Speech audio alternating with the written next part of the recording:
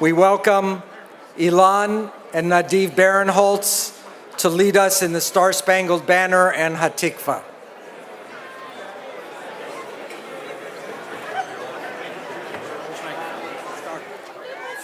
Oh, say, can you see by the dawn's early light what so proudly we hail, and the twilight's last gleaming, whose broad stripes and bright stars through the perilous fight o'er the ramparts we watched were so gallantly streaming, and the rocket's red glare, the bombs bursting in air, gave proof through the night that our flag was still there. Oh, say, does that star-spangled banner yet wave o'er the land and of the free and the home of the brave?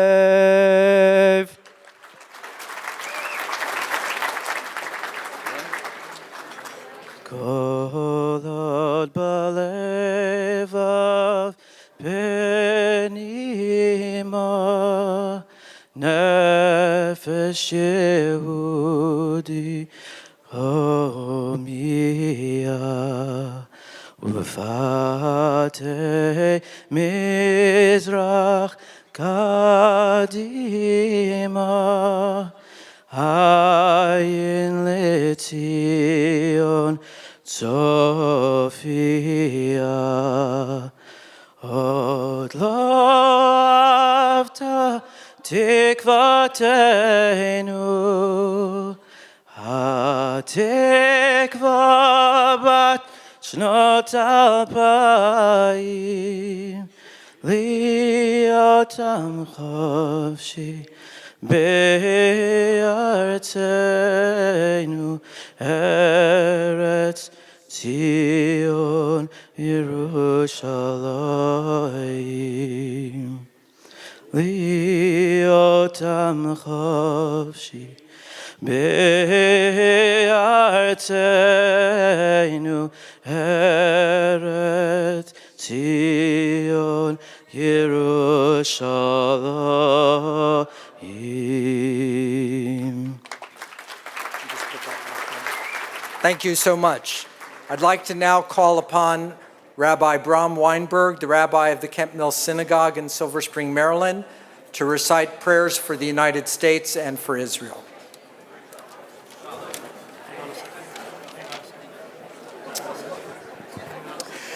I know everybody here in the room tonight,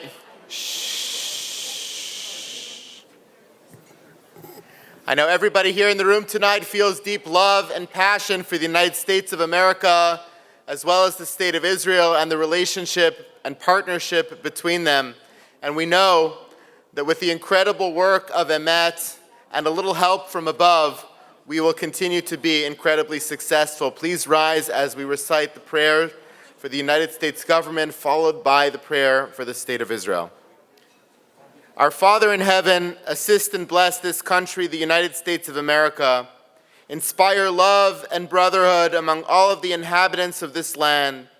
Bless all of the leaders of these states and implant within their hearts a spirit of wisdom and understanding in order to establish the peace of the land and its freedom. And let us say, Amen.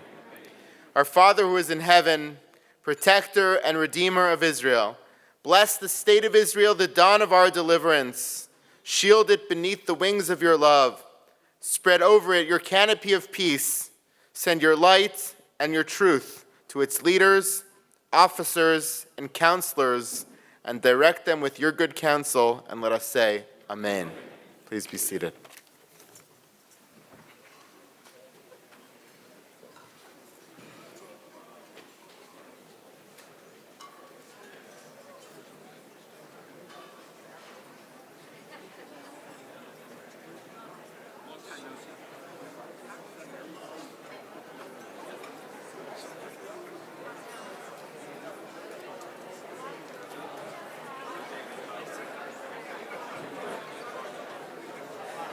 I would like to invite Mika Weinblatt up, the chair of our dinner tonight, for a few words.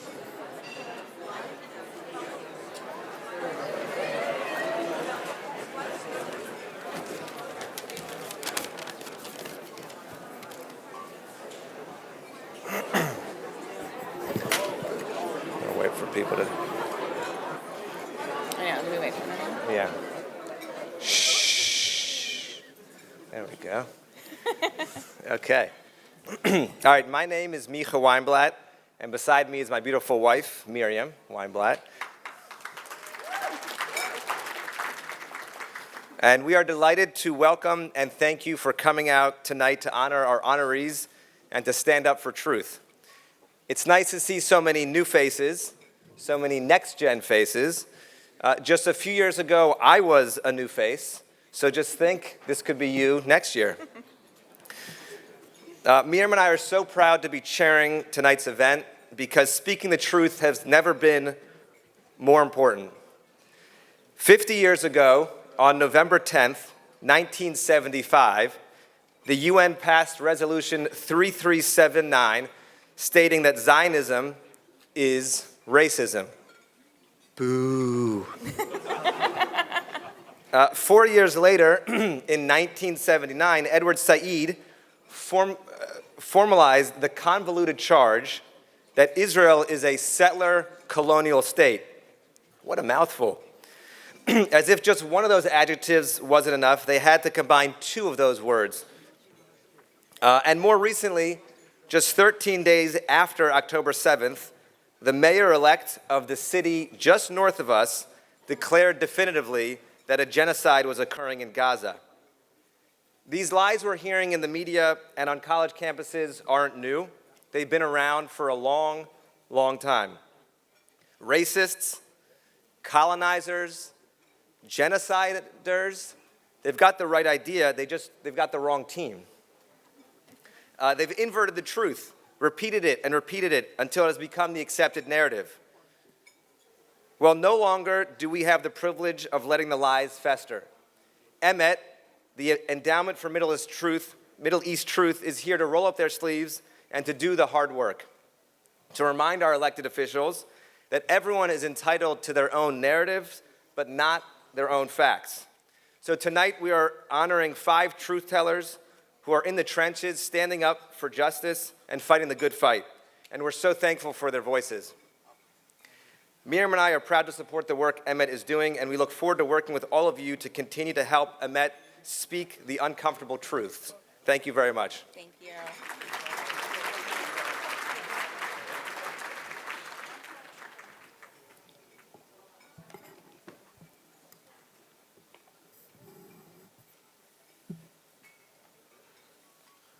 Wow. Wow. We finally made it here. Amazing. If any of you notice any EMET staff members who appear to be half asleep, it's because they are. They haven't slept for the past few days, so they've done a great job.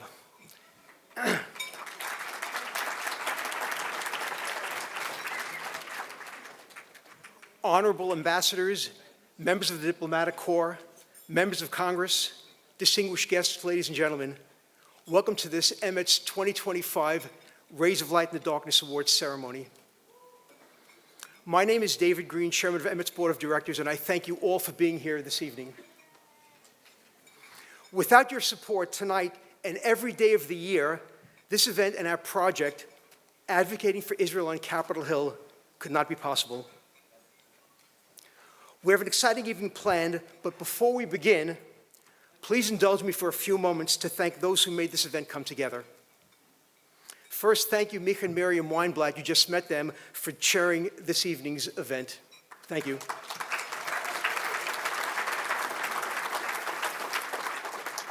I'm especially grateful to our EMET staff and board of directors and the staff here at the Reagan Building who have worked tirelessly during the past few months to make sure tonight is truly unforgettable.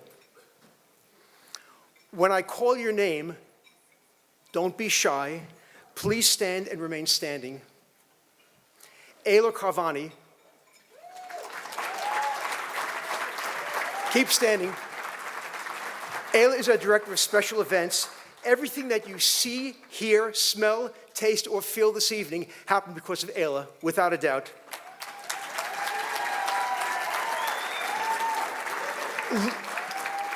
Keep on standing. Lily Hoover, our Operations Manager. Lily, are you here? Keep on standing. Siggy Fish, Director of Development. Elad Israeli, Director of Legislative Affairs. Will Oken, Legislative Fellow. Dr. William Buddy Stern, First Gentleman and overall Project Manager Extraordinaire. Stand up. And our board members. In order to save time, I won't call each of you up by name, but all the board members, please stand for a moment.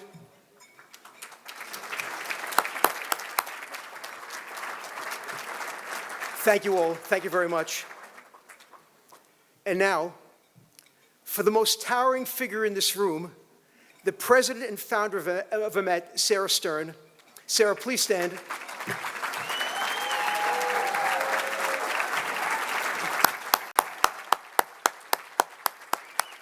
Sarah founded EMET more than 20 years ago because she discovered, while working on Capitol Hill, that many of the legacy pro-Israel organizations were underperforming.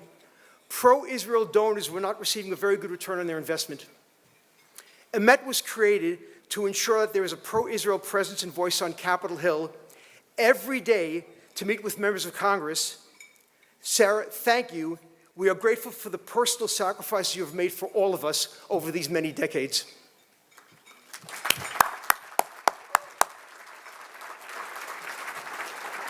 Our mission has never been more important.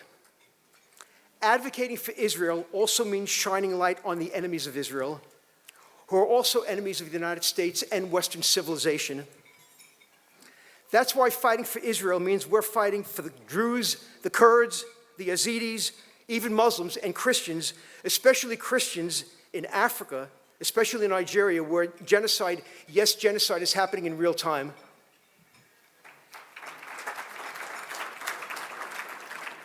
All of Western civilization faces the same threat that seeks to destroy Jews in Israel.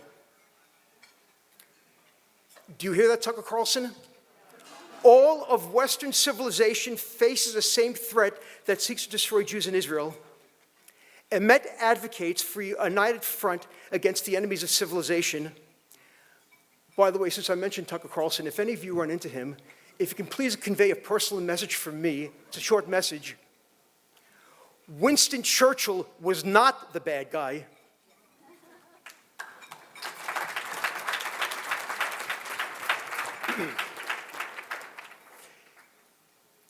Besides our daily activities on Capitol Hill, we host a weekly webinar. These are master classes in Middle East and international studies featuring international scholars. All of these are archived on our website for you to view at your leisure.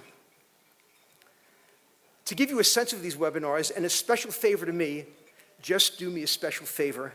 I'm going to ask you to view just one such webinar. That one in particular transpired last month, 4 weeks ago today, on October 22nd. The webinar featured a brilliant scholar, Dr. Dalia Ziada, the DC coordinator from the Institute of the Study of Global Anti-Semitism and Policy. Is Dr. Ziada here today? She should be here. I'll introduce you when she arrives. She'll be here shortly. I want you to meet her, and then I want you to listen to her on one of our webinars. I'm getting near the end, don't worry. I'd also like to acknowledge the presence of Ruth and Daniel Lashinsky. Their son, Yaron, and his girlfriend, Sarah, were killed last May while leaving an event at DC's Jewish Museum. Ruth, Daniel, your son's loss shocked us all, and we all pray that you find comfort during this most difficult and incomprehensible time. Thank you for being here this evening.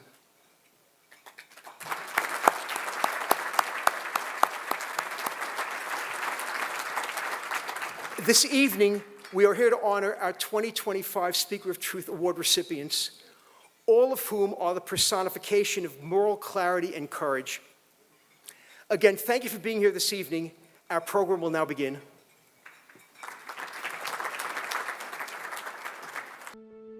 Ladies and gentlemen, after 2 horrific years, we are elated to say that our hostages have finally come home. They're home after months in the darkness. Our sons and daughters breathe freedom again. But even as we rejoice, the threats still gather from Gaza, Lebanon, Turkey, Qatar, Egypt, and Syria. But Israel stands together. Hope alone won't protect us, strength will, unity will. And we at EMET are the voice of that strength and unity on Capitol Hill. At EMET, we go to Capitol Hill every day to fight for you. We work tirelessly to promote education, awareness, and justice, but we can't do it alone. EMET was established 20 years ago with the singular purpose of creating a pro-Israel presence and voice on Capitol Hill every day, establishing meaningful, long-term relationships with members of Congress. These relationships are predicated upon the common democratic values that are the foundation of both the United States and Israel. We create these relationships so that when crises develop, and they will, we have trusted allies in Congress who can support Israel as it contends with enemies who threaten its very existence and the lives of its citizens. American values of democracy and freedom need to be protected out in the Middle East. And unfortunately, it's very hard for congressional staffers and congresspeople to know day to day what's happening, the on-the-ground reality, and that's where we come in. Our mission is accomplished through education. The only thing that we provide to members of Congress is information. We don't provide money or endorsements. You all know that Israel, Zionism, and the Jewish people are under attack. The attacks almost always emanate from irrational hate, and that hatred is fueled by lies. However, we have the most powerful force that purveyors of hate fear most. That force is emet, which is the Hebrew word for truth. Truth neutralizes, is kryptonite to evil and hate. That's why those whose currency is hate will do almost anything to prevent the truth from being told. I founded EMET because I could no longer stay silent. After years of being on Capitol Hill, I watched how the truth about Israel and the Middle East was being distorted by politics, by fear, and by moral confusion. People were losing sight of what's right and what's wrong, and I knew we needed a voice that would speak clearly, fearlessly, and with integrity. That's why I started the Endowment for Middle East Truth, EMET, to remind our leaders and our nation that truth and moral clarity are not just luxuries, they are necessities. I just arrived in DC after 3 years living in Israel. I want to make sure that people give their support to the organization that moves the needle where it matters most, the Endowment for Middle East Truth. As enemies attempt to drown out the truth, EMET will continue to resonate the truth within the halls of Congress. Because in the end, truth isn't just an idea. It's the foundation of justice, of freedom, and of everything worth fighting for. This is more than a moment, it's a movement. Be a part of it. Thank you for supporting EMET and being our partners in ensuring that the truth is never silenced.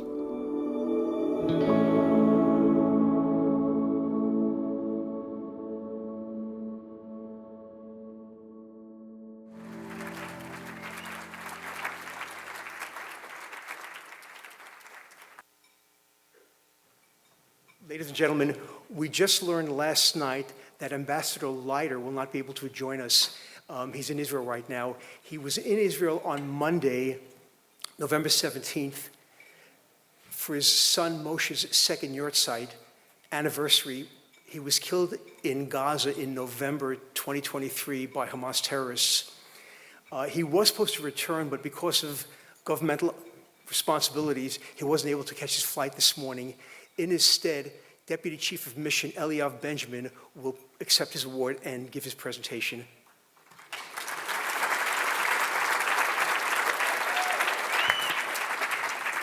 Hello, if you don't know me, my name is Sarah Stern, and I'm the founder and president of EMET.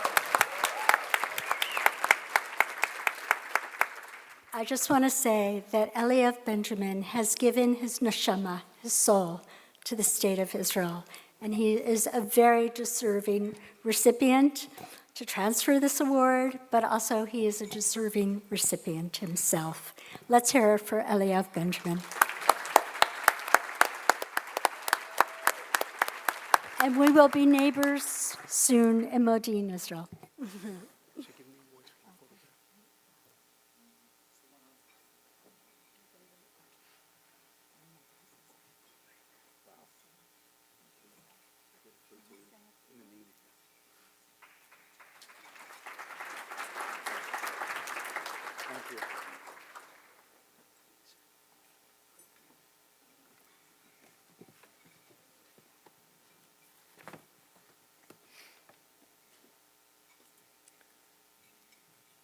Wow, thank you so much.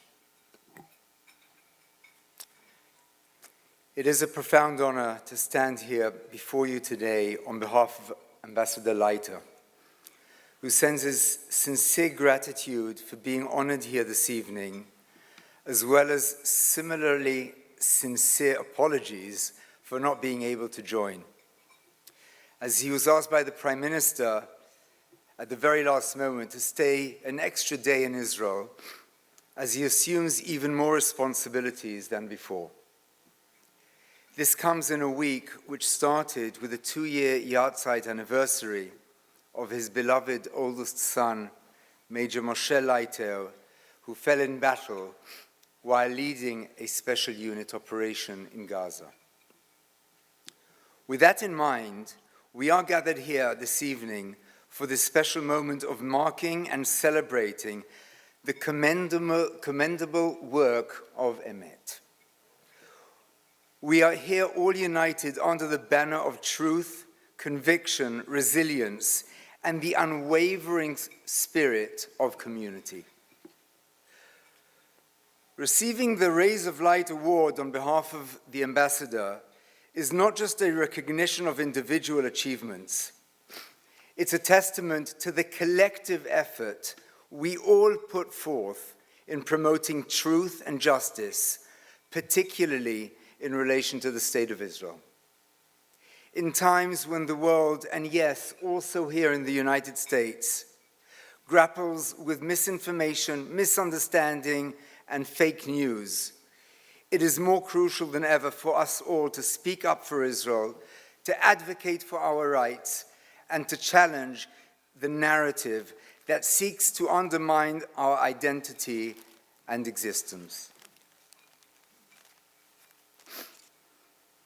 I would like to take this opportunity to extend my warm congratulations and gratitude to EMET for your relentless efforts in raising awareness about Jewish issues, Israeli issues, and for unyielding dedication to truth and righteousness. This organization serves as a beacon of hope and education, reminding us of the importance of standing together, speaking truth to power, united against hatred and misinformation. A special thank you goes to Sarah and Buddy Stern, CEO and founder of EMET, along with David Green, the chairman, and the entire amazing team of EMET.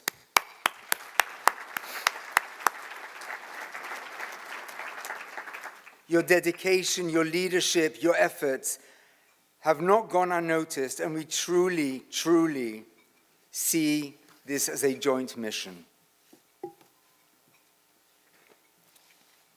In Hebrew, emet, as many of us, probably all of us know by now, means truth. The fundamental principle is essential as we champion our narrative and work to eradicate misconceptions about Israel. It is our duty, one that requires us to be unapologetic in sharing our story, our history, and our recent realities. We have friends and partners in this task as well. An amazing number of them are co-honorees this evening, special friends of the people of Israel, special friends of the Jewish community. I'm speaking of Senator John Fetterman,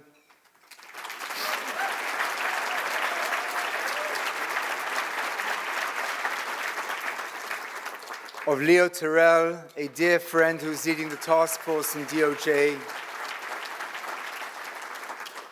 Ambassador of Hungary, and of course, Anila Ali.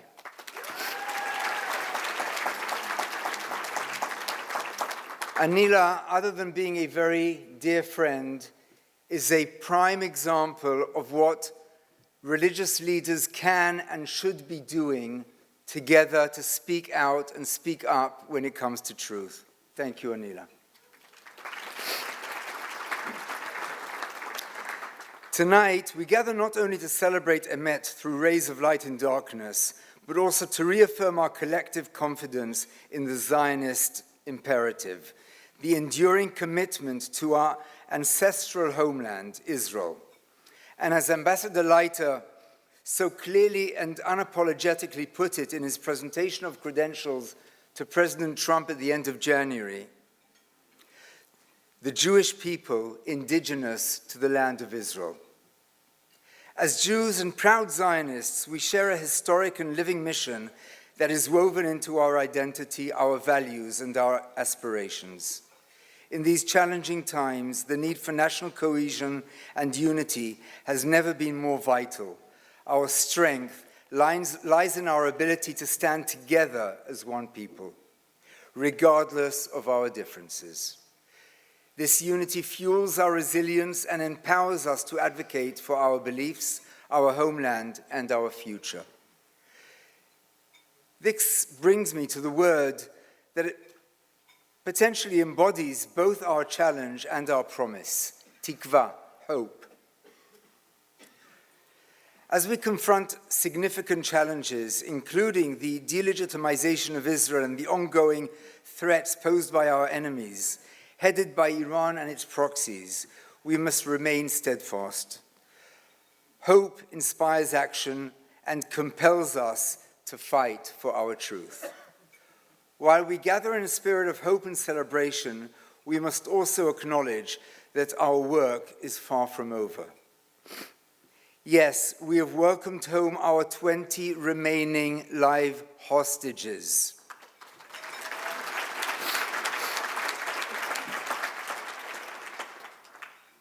Most of whom are here in Washington as we speak, scheduled to meet President Trump tomorrow. A joyous milestone that speaks to our commitment to life and our people. We have also brought home those who were killed, including Hadar Goldin, who was held in Gaza for the last 11 years. This was a sobering moment for all of us. This would not have been possible without the bravery of the Israeli Defense Forces, your ongoing efforts and work, and culminating with a deal President Trump and his administration created, which we are all immensely grateful for.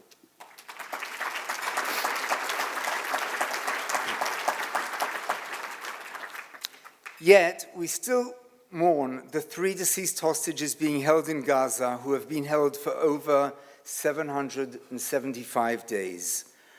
Rangavili, Dror Or, and Suchitak Rintalak. Their absence is a reminder of the ongoing threats we are dealing with, which continue to threaten our security and stability in the south and in the north. We must and will remain vigilant for those we've lost and for the future that hangs in the balance. I would also like to acknowledge my dear friends and colleagues, Yaron Lishinsky, whose parents Danielle and Ruth are here this evening with us, and Sarah Milgram from our embassy. Yaron and Sarah, separately and together, exemplify the spirit of dedication and diligence. This week actually marks 6 months since their murder. Their work in fostering relationships and dialogue is invaluable to our collective mission and contributes significantly to the narrative we aim to share. It is through the efforts of committed individuals like Yoran and Sarah that we can effectively communicate Israel's truth and prevent the spread of harmful rhetoric. We know that combating anti-Semitism is not merely a responsibility, it is a moral imperative. We have seen the exponential rise of anti-Semitism both from the left and from the right, and this requires us to engage actively and thoughtfully with those who wish to perpetuate falsehoods or prejudice. We must firmly call it out and sound our commitment to truth, not only for ourselves, but for future generations who will inherit our legacy.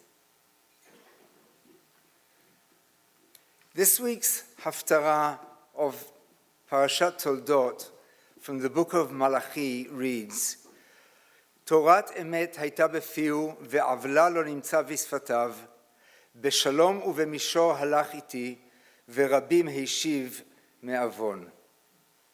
The law of truth was in his mouth, and iniquity was not found in his lips.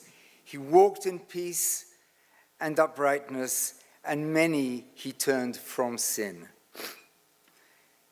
Let us take inspiration from the teachings of our traditions, from our shared heritage, from the tireless efforts of organizations like EMET.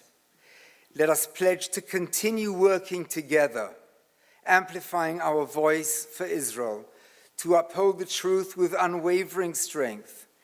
Together, as one community, we can create a bridge and a brighter future grounded in understanding and respect. Thank you for this dedication and for the honor of speaking before you tonight.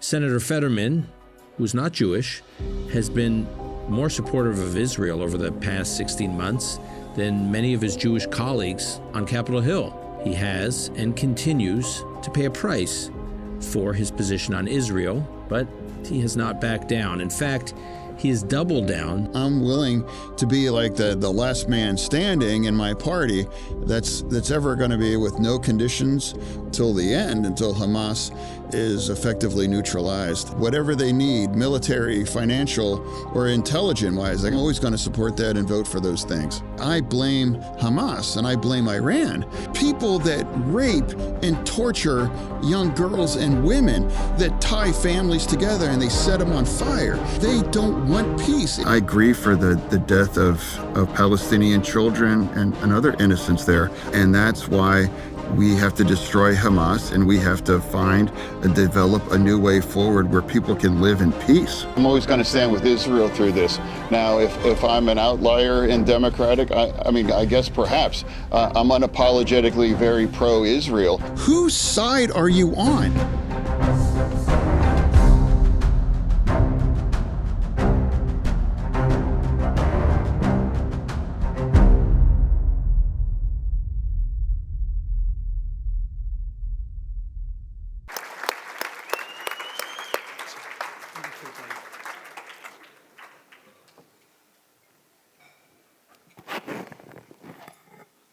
You had some of those clips.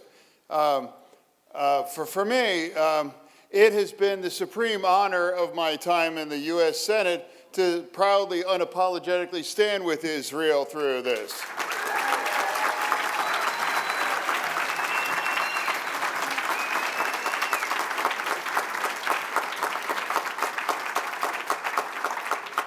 You can't have it both ways. It's like you have to stand on that side of that moral clarity.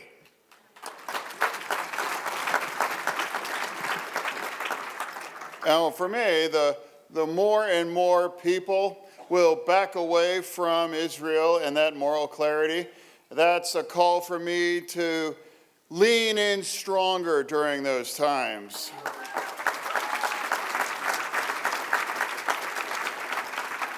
So, and I follow that truth.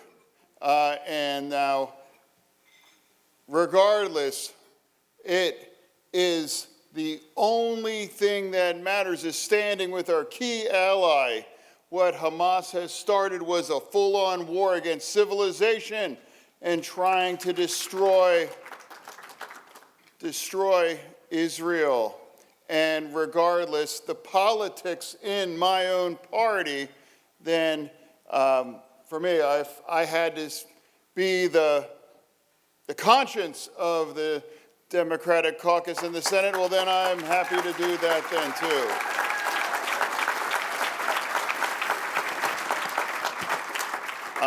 I'm not a member of this community, but my heart breaks for what you've all been for the last 2 years after 10/7. And I've had the supreme honor of meeting countless hostages and their families. And I deeply, deeply grieve for the ambassador's loss of his son. As a father of sons, I couldn't carry on, honestly. So the kinds of heroes that I've met when I visited Israel, widows forced to raise 8 children on their own, that's a hero. And those soldiers there in that existential war, it's my supreme honor to be the very, very committed voice and vote whatever Israel needs to destroy their enemies and to create enduring peace in the entire region. So thank you for honoring me here tonight.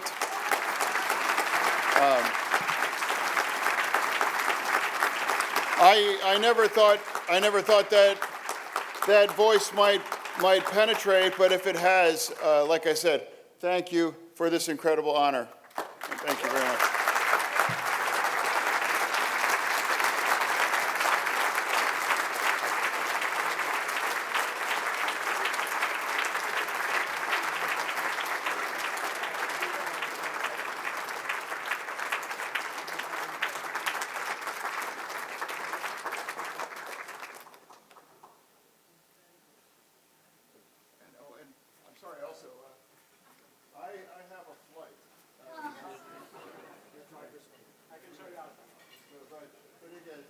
Thank you so much.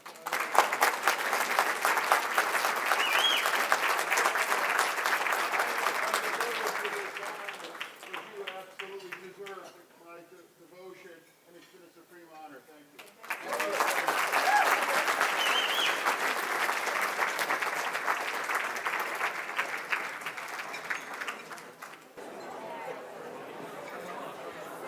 Ladies and gentlemen, dinner is going to be served, but during this time, Sarah wants to say a few words to all of us.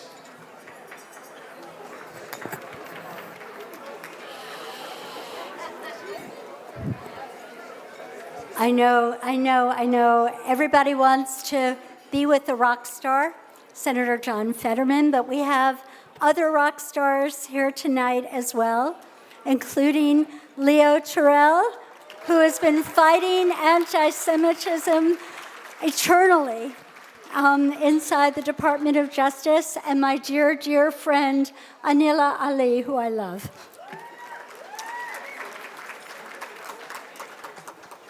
If we can be seated, first of all, I want to thank the man who's the wind beneath my wings, my husband, Buddy Stern. You have no idea how hard he works for this organization, unpaid, and sometimes unappreciated. I really would like to take a moment to address the many, many younger people who are here with us tonight. Please be proud of your 3,000 years of our beautiful and rich heritage. Carry it on your shoulders confidently and fearlessly, because our cause is just, it is moral, and it is right.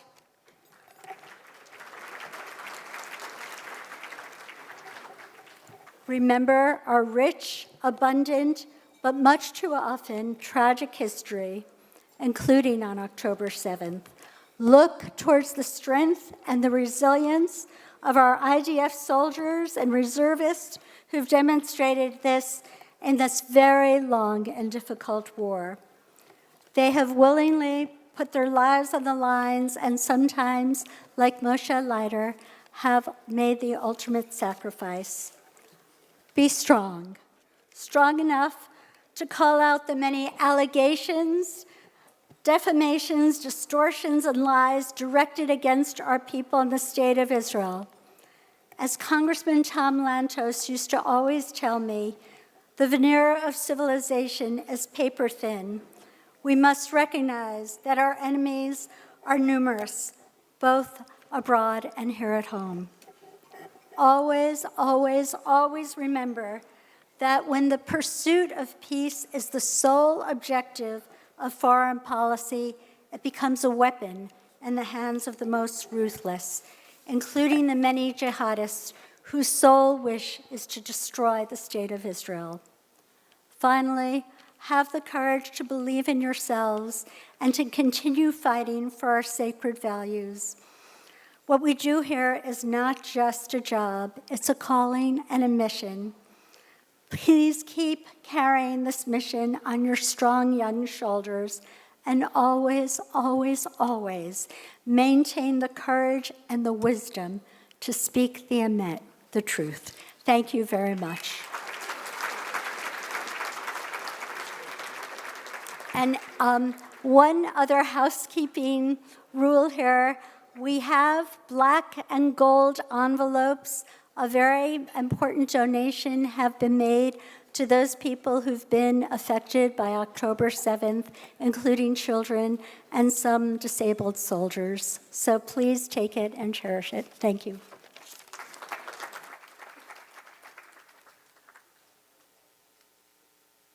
I am Anila Ali. I stand before you as a Muslim American Pakistani, friend of the Jewish people. I'm here to affirm to my Abrahamic brothers and sisters that you are not alone.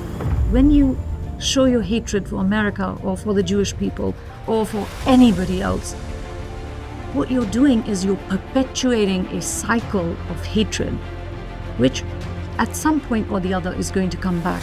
As Muslims, what are we going to do? We have a responsibility. Islam condemns terrorism. Islam promotes peace. When we say we fight Islamophobia and anti-Semitism, and we do that together with the Jewish people, we will be much stronger. Yes, we are all feeling the hurt, the pain, the fear, but we also stand united in hope that a better future for all of us is possible. The war to destroy the Jews and the Jewish homeland must end once and for all.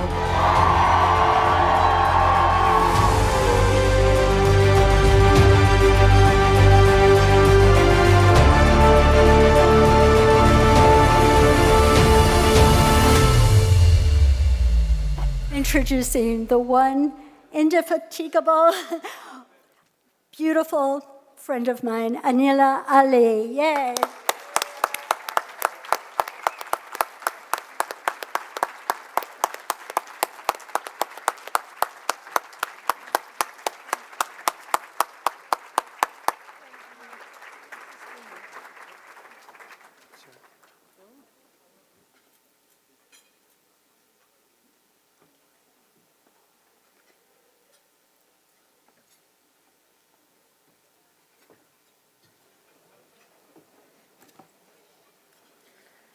My God, what an honor.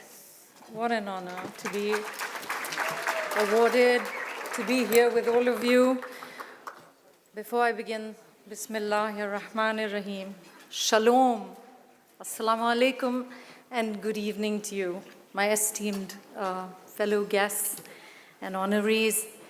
It's a profound honor for me to receive this Ray of Light Award from EMET and my dear friend Sarah. I do accept it with great humility, not just for myself, but for all those who stood with me when moral clarity carried a cost here in the United States in Pakistan, and across the Muslim world. Little bit about me.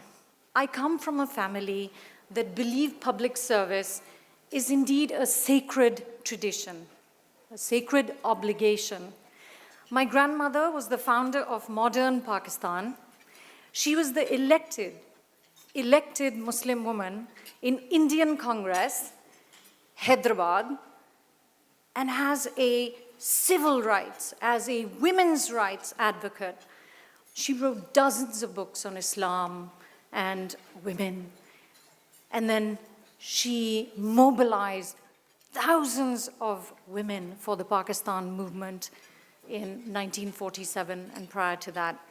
After partition in 1947, she founded the first Muslim women's organization to rehabilitate and empower Pakistani women, especially the widows of the partition. She founded residential colonies for them, microloan opportunities for them, and she built schools, colleges, standing shoulder to shoulder with the First Lady of Pakistan at that time, the founder's sister, Fatima Jinnah. And that is what these women did. They started the first women's rights, Muslim women's movement in Pakistan.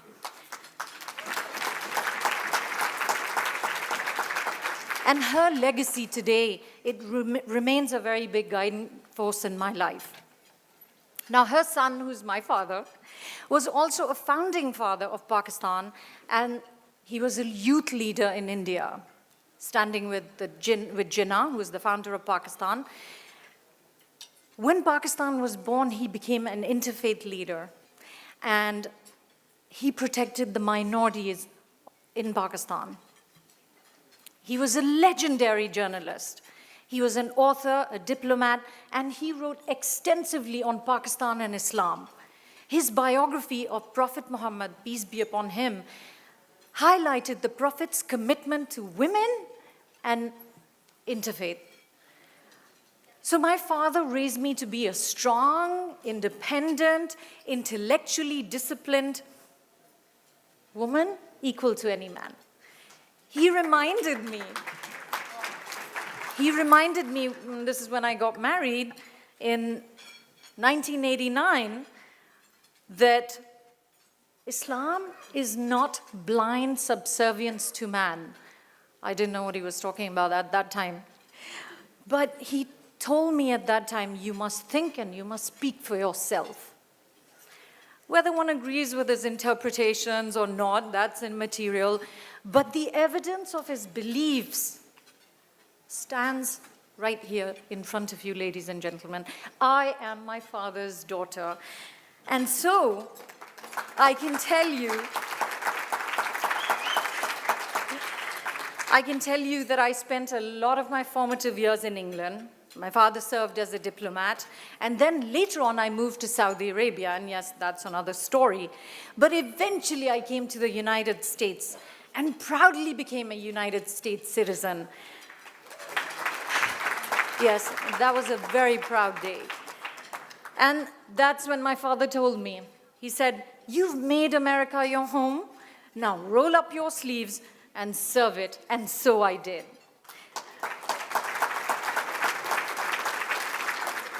I worked as a California public school teacher.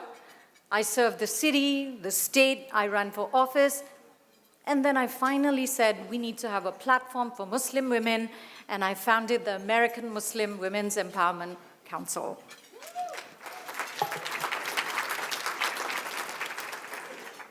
The attacks of September 11th were a defining moment for Muslims in America, and they should have at that time compelled us, Muslims, to look inward, to speak with moral clarity, and to state explicitly that Al-Qaeda's ideology is a betrayal of our faith and our values.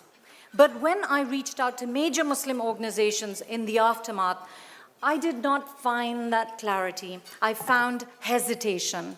I found statements rooted in victimhood rather than accountability. That was not the faith I was raised with, It was not the Islam I know, and it was not the standard of responsibility that American citizenship demands of us. So I turned to my father for guidance, and he told me something simple and unmistakably true. He said, if you cannot stand behind them and follow their direction, build your own, find your own direction, and that is exactly what I did.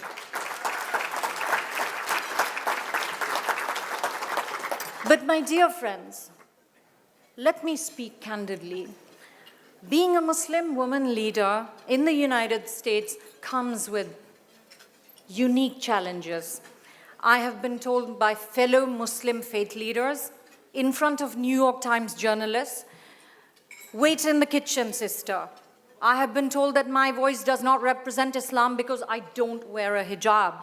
I have been dismissed in rooms where Muslim men believed that women had no right to speak on theology, policy, or civil rights. These were not personal slights. They are symptoms of something deeper, a culture of silencing, misogyny, and of fear. And silence in moments of crisis is not neutrality. Silence is complicity.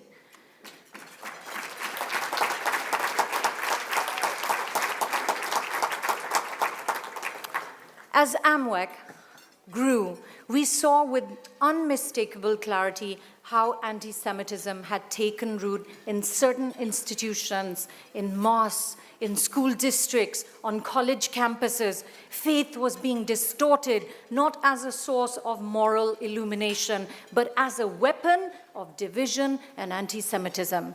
And then came October 7th, 2023, the most brutal massacre of the Jewish people since the Holocaust, a day that shook the conscience of the free world. But what shook me the most was hearing members of my own community say, the Jews deserved it. Hitler didn't finish his job. Israel planned October 7th to make Muslims look bad. Jews are cursed. You can't stand with the Jews. On that day, I stood publicly and said, without any hesitation, I stand with the Jewish people, and Hamas is pure evil, and that Israel has a right to defend itself.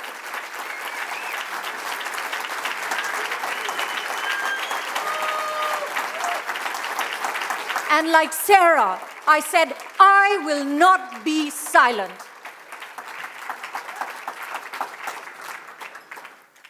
The costs to me were immediate. Half my board resigned. I was accused of being an Israeli agent. And then came the fatwa, the death threat from the Iranian regime. How dare this Muslim woman speak for the state of Israel and the Jewish people? But ladies and gentlemen, if you ask me to do this again, I will.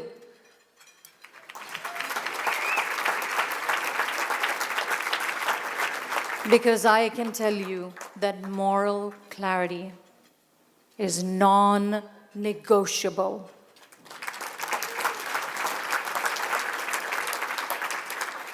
These past years, from the silencing of women to the rise of anti-Semitism and the moral collapse of October 7th, have brought us to a moment that demands real honesty.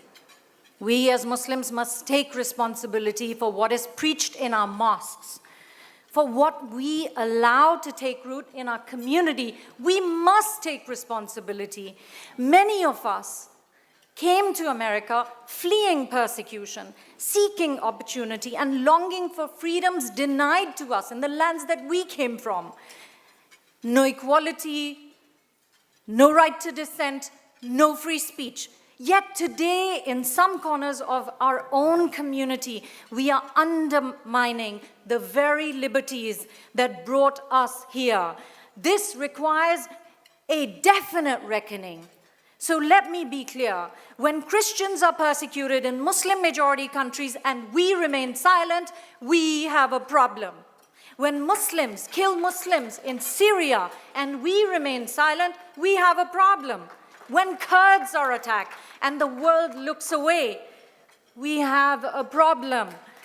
When Uyghurs are imprisoned and Rohingyas are driven from their homes, trafficked, there is no Muslim outcry. We face a painful truth. We are practicing selective outrage.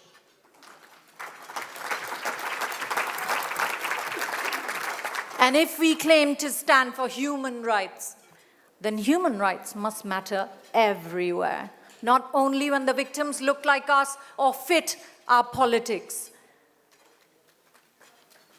But the biggest challenge is right here at home, our home. When an elected official in New York calls for a global intifada against Jews and wins, we have a problem.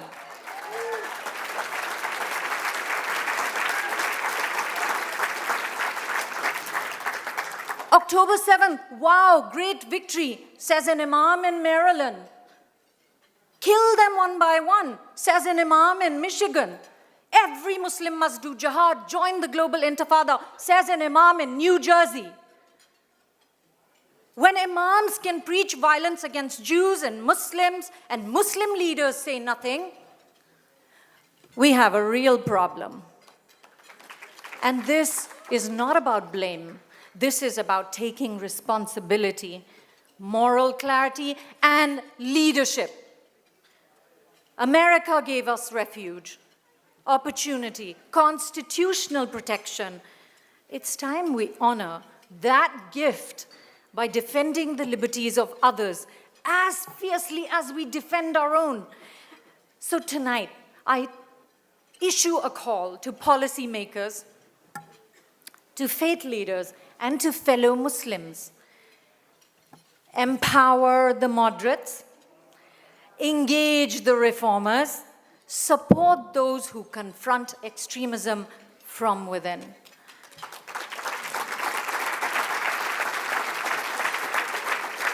You see, because when moderate Muslims are marginalized, extremists grow stronger, bigger, louder. When reformers are isolated, peace is not advanced, it's actually undermined. We must not allow the loudest of voices to be the most radical ones. And so we must build coalitions that bring Jews, Muslims, and Christians, and all Americans with a moral clarity together who believe in the dignity and sanctity of human life. My dear friends, tonight I dedicate this award to those who stood with us after October 7th.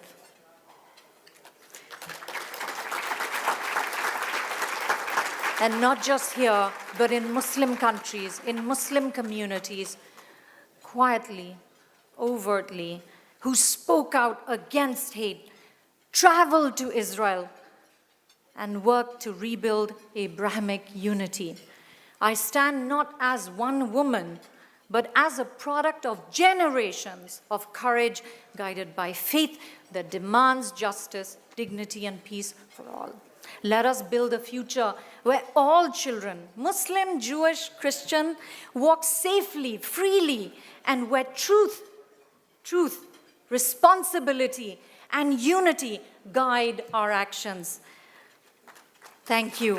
Thank you, my dear friend Sarah. Shukriya, as we say, Toda Rabba, as Israelis say, and God bless you all. God bless you, our unity, and this beautiful country that we live in.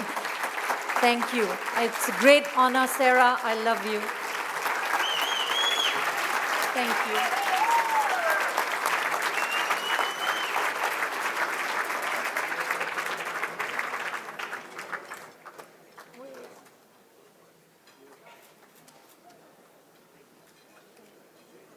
We're going to eliminate anti-Semitism. It is horrendous. We're going to deter this type of hatred towards Jews forever. We're going to eradicate it. This is my #1 commitment. I am sincere. I am committed. It has nothing to do whether or not you're a Democrat or a Republican. It's a fundamental issue. that I think we can all take and justify that anti-Semitism is wrong and it should be eliminated. Everyone in this country has a commitment, regardless of skin color, regardless of gender, regardless of sexual orientation, to make sure Jewish Americans are protected and treated the same. Because it's not a Jewish issue. It's not an American issue. This is a Western civilization issue. We must eliminate anti-Semitism or we're going to lose what we value in this world. Jewish Americans have been denied a fundamental right to go to school. We're going to bankrupt these universities. We're going to take away every single federal dollar. These people who hate Jews, we know who you are. Lawyer up, because the federal government is coming after you. Help me help us, the country, Israel, the world. Help me save this civilization, this great country that we love. Don't get tired. Work harder. God bless Israel. God bless the United States. And thank you very, very much.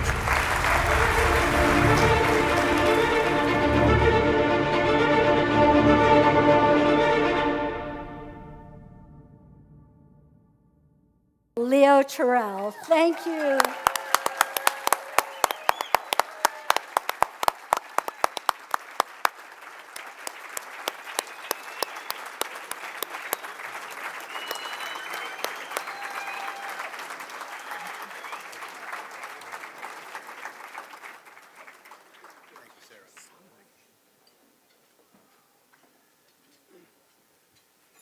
That guy was crazy up there, wasn't he?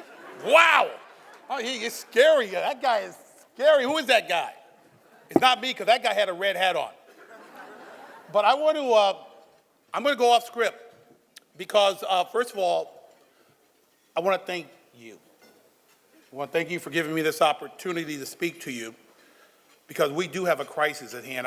And before I go any further, I want to thank Sarah. I want to thank you. Let's give her a hand. I believe in short speeches, but I'm going to have to change my speech, first of all, because things have happened every day fighting anti-Semitism, fighting Jewish hatred. Things change. I'm going to tell you a story that when I walked in here, I didn't know I was going to tell. But you saw that red hat. That wasn't a MAGA hat. I want you to understand something that's very important to me and leads me to why I'm changing my story. That hat you saw had the name of Hadar Golden. And let me tell you why that hat existed. Because I had the privilege to meet Hadar Golden's mom and her sons and Hadar Golden's brothers. And they came to my office. And I sat there with my chief of staff and I told them, I want to do something to make sure the world never forget Hadar Golden. Hadar Golden was murdered and kidnapped by Hamas and held in captivity since 2014. And I told Hadar's mom in my office that I was going to do something. And I came up with the idea of a red cap. At any TV program, any radio show, any public appearance, I wore that hat because I wanted to make sure everyone remember Hadar Golden. You know, you are providing awards to great people. Senator Featherman, who's a Democrat, who's not Jewish. Leo Terrell, black, not Jewish, an American. But we're fighting against anti-Semitism. Why? Because it's wrong.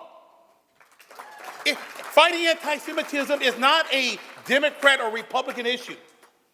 It's not a bipartisan, it's not a partisan issue. It is an issue that is fundamentally wrong when you live in this great country and throughout the world. Jewish Americans, all Americans are and should be afforded the same rights as all Americans. And that's the ultimate goal. But back to that story. I wore that red cap. And at every event until 9 days ago, I got an award from ZOA, Zionists of Americans.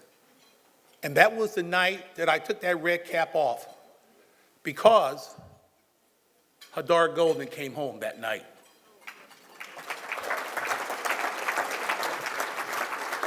And that story leads me to the next story that I had no intention on discussing. People say to me, hey, Leo, you're doing a great job. You're doing a lot for the Jewish community. And I say, thank you, but I could do a lot more. And I say I could do a lot more because there is hatred in this country that still exists targeted at Jewish Americans. Case in point, a couple of months ago, 2 Israeli staffers were murdered in the nation capital. It was horrific. I went to the crime scene.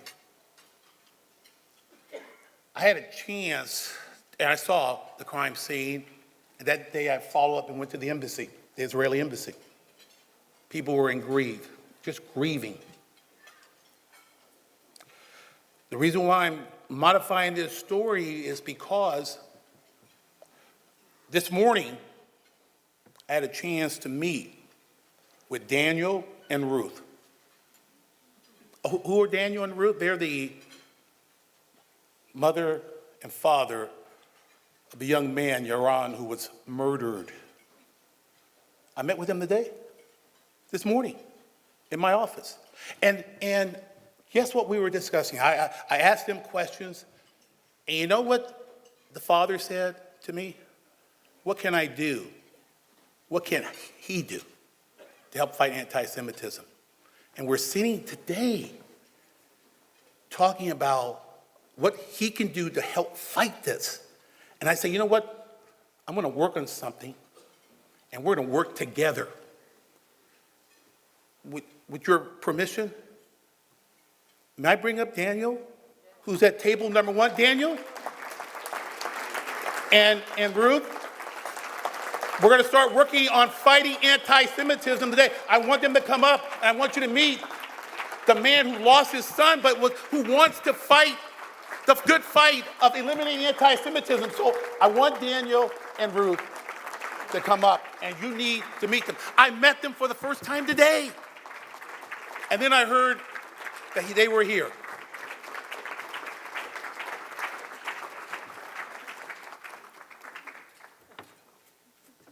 Good to see you again. Thank you. Sir?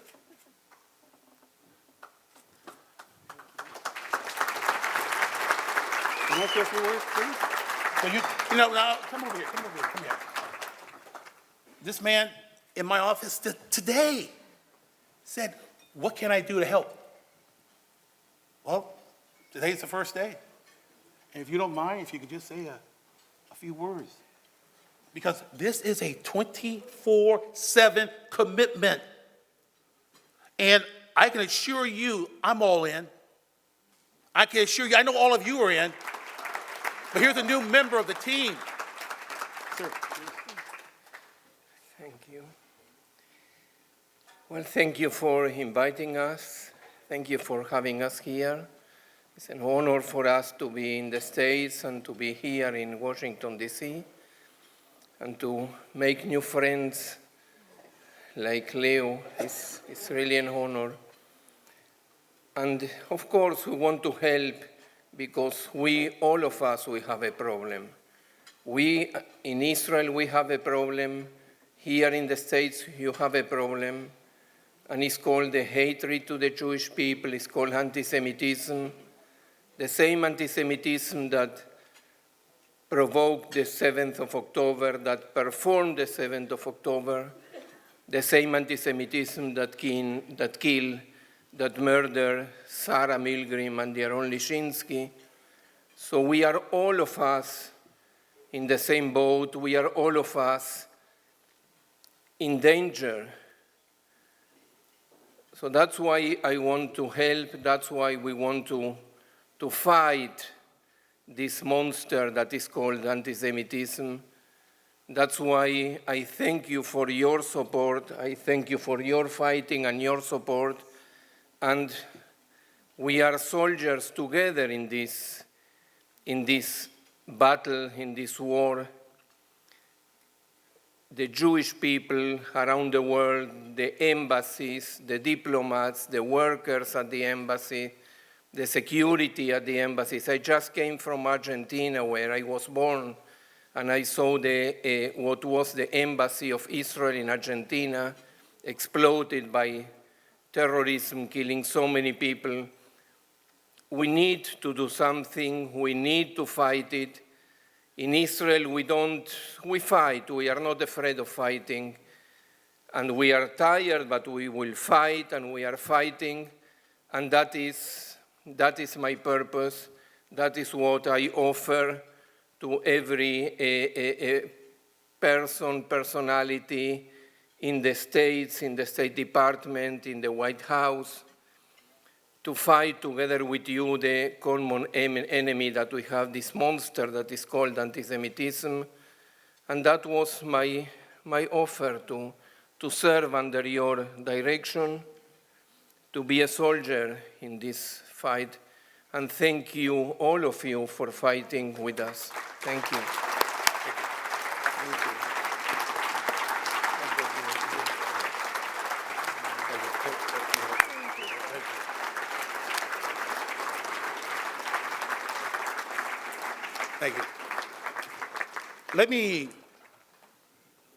God is good. It's amazing what all this was unexpected, and yet it sends a direct message to what we have to do. And let me give you, I'm head of the task force to combat anti-Semitism. And I will simply say this very clearly. It's a privilege to work for this president who has been committed to fighting anti-Semitism. And I can tell you on another day and time how he has given me the tools to do everything that I can. But as you know, anti-Semitism still exists in this country. And we are on a clock, ladies and gentlemen. We got 3 more years with this president. And let me give you the state of the land. Because I'm receiving an award, and maybe I might be earning that award tonight. Because I want you to understand how hard it is to fight the anti-Semitism. Because to me, it's a no-brainer. I understand the game.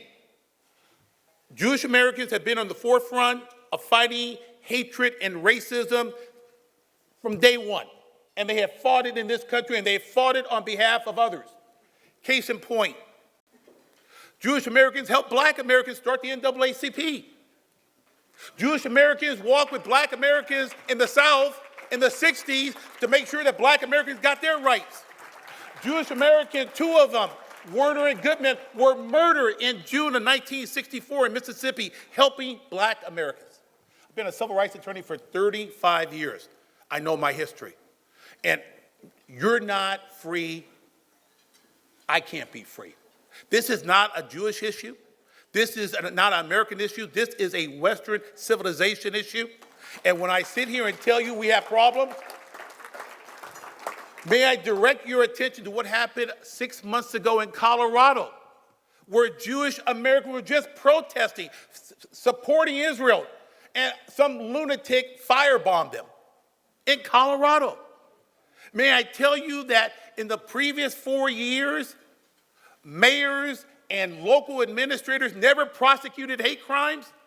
You might recall, after October 7, 2023, universities were just in shambles, anti-Semitism, hatred.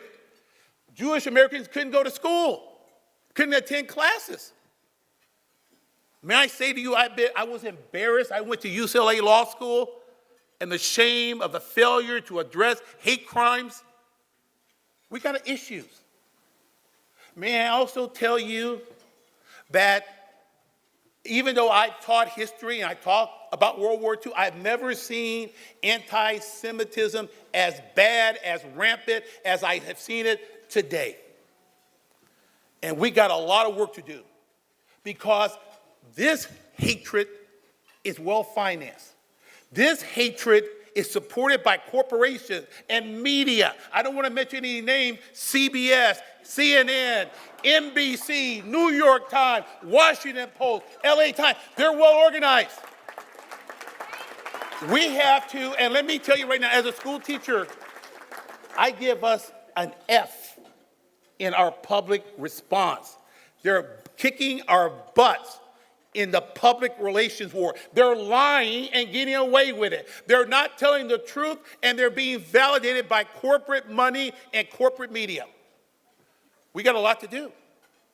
And then, if I may tell you, the indoctrination of our young people at the colleges and the university, a 20-year experiment that they have basically won. And guess what they're doing now? They're going after our young kids, K to 12. Look at the curriculum. Look at the lesson plans.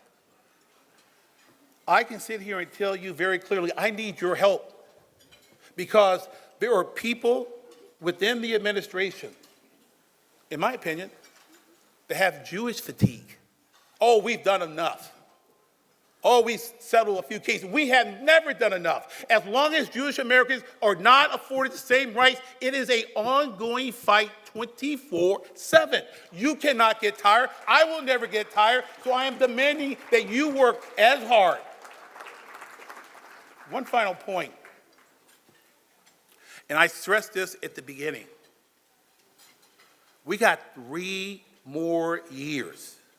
Things have gotten a little bit better than the previous administration. But I can simply tell you from the inside, there's a lot of work to be done. And if we don't set up these guardrails now, we're going to be in trouble in 2026, and we don't know who's going to take over the White House. Again, this is an American issue, a Western civilization issue. So I have a new friend on my team. You just met him.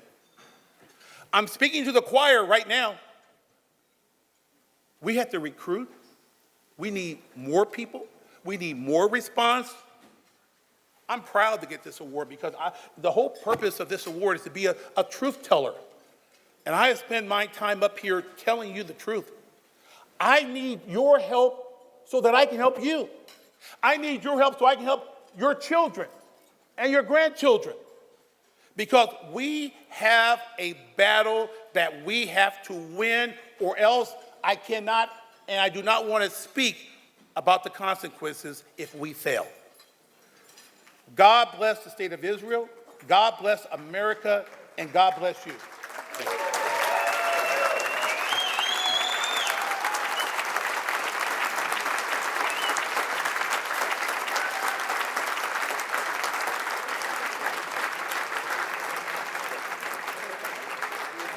Shalom, dear friends.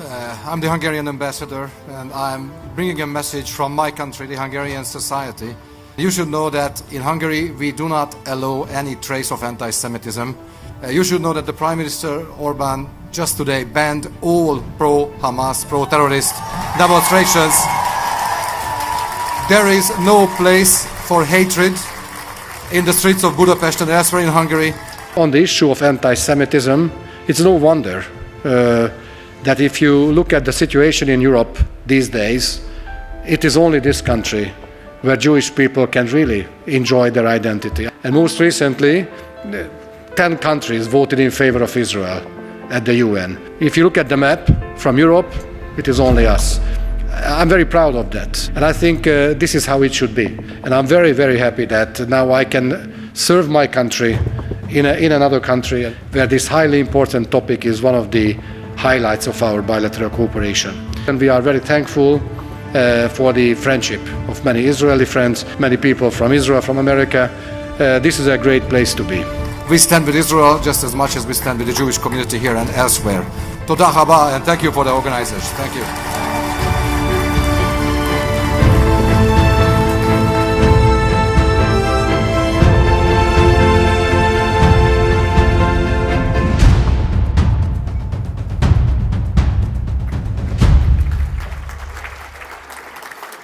Ambassador to Cox, I want you to realize something. I know you're our 5th speaker, There's only one quintessential sport in America. What's that? Baseball. And the most important player is called the cleanup batter. He makes sure that the team wins. If not for the cleanup batter, the team loses. Ambassador, you're our cleanup batter. We think the world of you, and I want you to know, you're not speaking last, you're speaking most importantly. You're our cleanup batter. Thank you for being here. Sure, thank you. David, thank you very much. Thank you. Thank you. Thank you.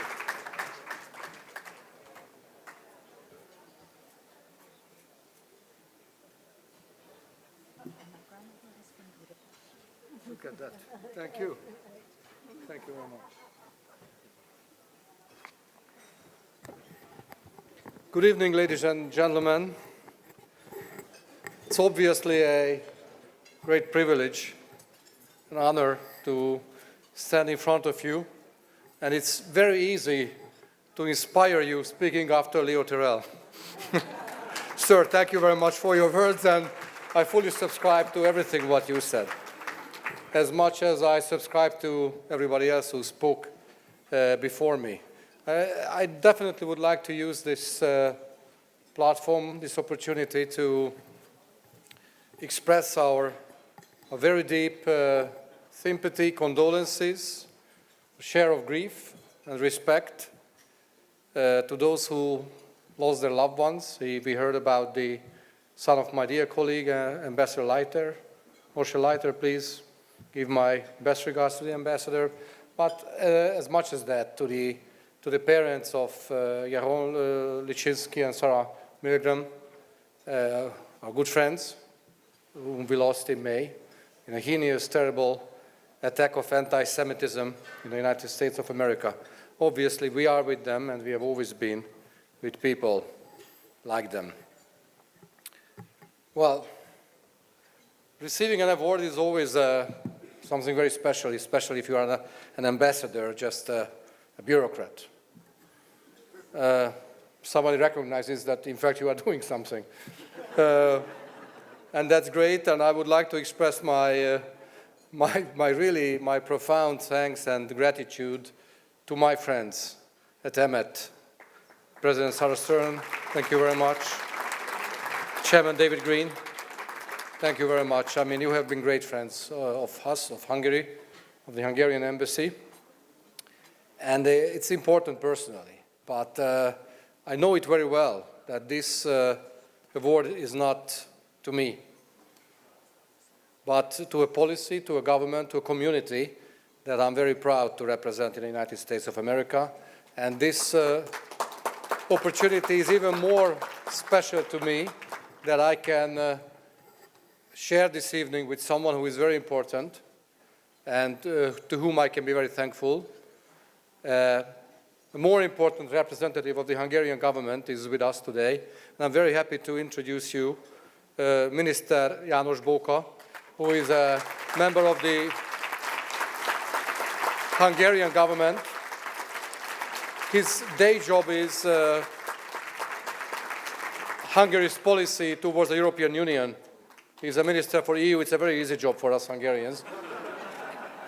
But more importantly than that, he is a personal appointee of Prime Minister Viktor Orbán to be the special envoy of Hungary on combating anti-Semitism. And Minister Bóka is on an official tour of duty in the United States. We just came from New York, where we had important meetings with important stakeholders, and we continue our journey here in Washington, D.C. And I think we would like to bring the message of truth. And I agree with everybody who said that this award is about truth-telling. And for what I am most importantly grateful is that we are given a platform to tell the truth, because we have our own truth, and that's a long story. I don't know how much time you have, but I represent a country which is 1,100 years old, and we have a long story. But the story of Hungary is intertwined completely with the story of Hungarian Jews, because the Hungarian Jewish community is as old as my country. the first king of Hungary, 1,000 years ago, told Jewish people that this is your home. You are as much Hungarian as we are. He converted the formerly pagan Asian Hungarian tribes to Christianity. And since that day, as we identify ourselves, we are a nation of Judeo-Christian, Jewish traditions. And this is what we had to fight for. This is what we had to defend all through the centuries. And there were good days and bad days. There were ups and downs. But I'm very proud that the Hungarian Jewish community contributed so much to what we call today Hungary. And without the Hungarian Jewish community, there would be no Hungary as we see today. There would be no Europe. And as a matter of fact, there would be no State of Israel. And there would be no United States of America. Because we are very proud of the Hungarian Jews who contributed so much, not only to the cultural, economic, and social development of my country. And synagogues in Hungary, all through the centuries, have been not only a place of worship, but a place of modernity, progressive thinking, way ahead, based on a strong morality of believing in God, in a Jewish God, in a Christian God. It didn't matter. We were all Hungarians. And that's why what happened to the Hungarian Jews 80 years ago during the Holocaust was not only a universal tragedy, but it was a unique, special Hungarian tragedy as well. We lost 600,000 Hungarians in the Holocaust. And this is how we see it today. This is how the government of Viktor Orban sees that. We did not lose Jews, we lost Hungarians. And when a president of Hungary visited Auschwitz, he called it the largest Hungarian cemetery. And it simply cannot happen again that the Hungarian state will not defend her own citizens. And when Prime Minister of Israel, Bibi Netanyahu, visited Hungary in 2017, that was the message from Viktor Orban, that many Hungarians during the Holocaust chose shame instead of honor when they collaborated with the Nazis. But we will not allow it again. The Hungarian state will always defend her own citizens. And when some European courts wanted to ban first kosher slaughter, then circumcision, the president of that time, president of the Jewish Agency, a guy called Isaac Herzog, you might know him, wrote a letter to Prime Minister Orban as the only hope, the only tikva to turn to, that only you can defend the Jewish heritage of Europe. And in an open letter, the Prime Minister wrote to him, as long as I'm the Prime Minister, you can always rest assured that we will defend Jewish values in Europe as much as we will defend Christian values. So when we are fighting against anti-Semitism, it's not only about us, it's not about the Hungarian Jews and European Jews, it's about a civilization, a Western civilization that we have to defend. And you spoke about the monster of anti-Semitism. We know that monster. That monster killed 600,000 Hungarians 80 years ago.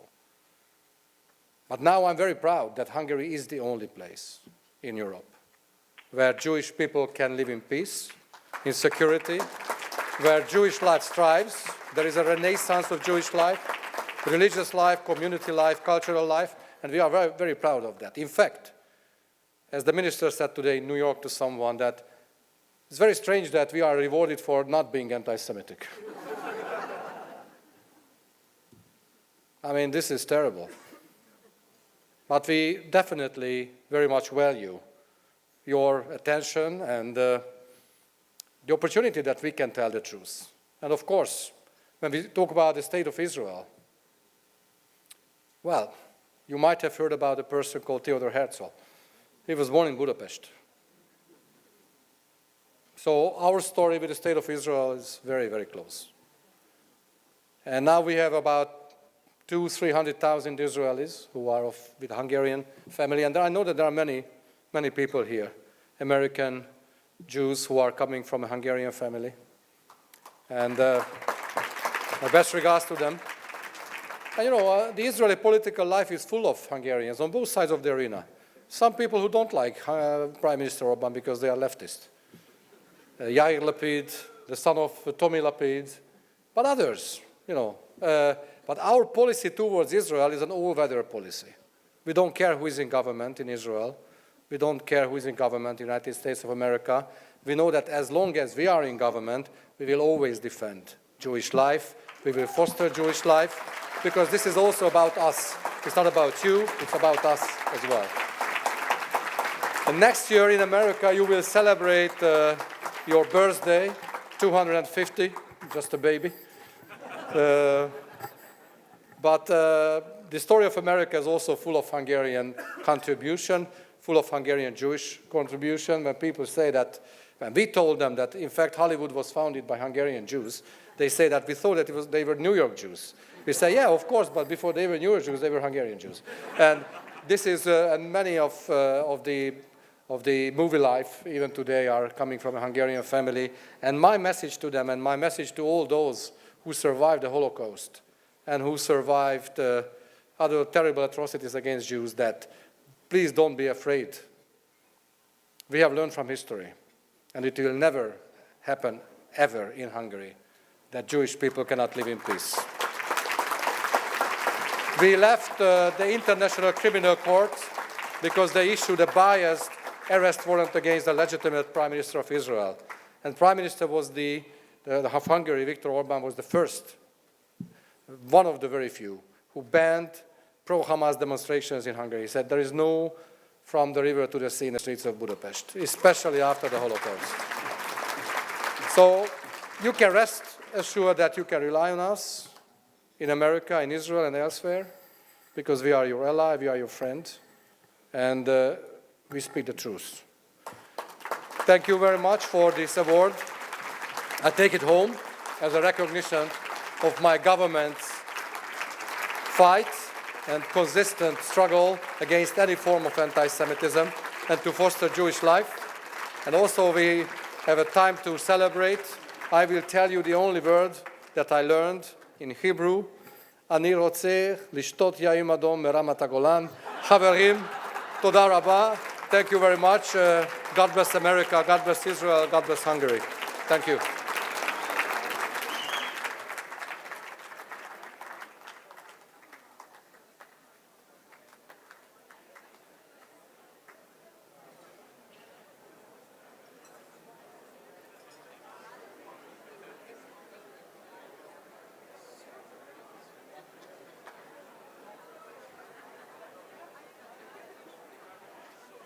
Ladies and gentlemen, as Sarah alluded to a short while ago, in front of each of your plates, there is a black envelope. EMET has made a contribution to the Healing Hearts Mosaic Project to help heal those who were shattered after October 7th. So in each of your honor, a contribution has been made to that organization. We appreciate you all being here tonight. Like I said, if not for you, this organization and our mission could not go on. We look forward to your continued support. We look forward to seeing you here next year as well. Again, you all made a promise. EMETonline.org, webinars, October 22nd. You've got to see that. Good night. Thanks for being here. God bless. Bye-bye.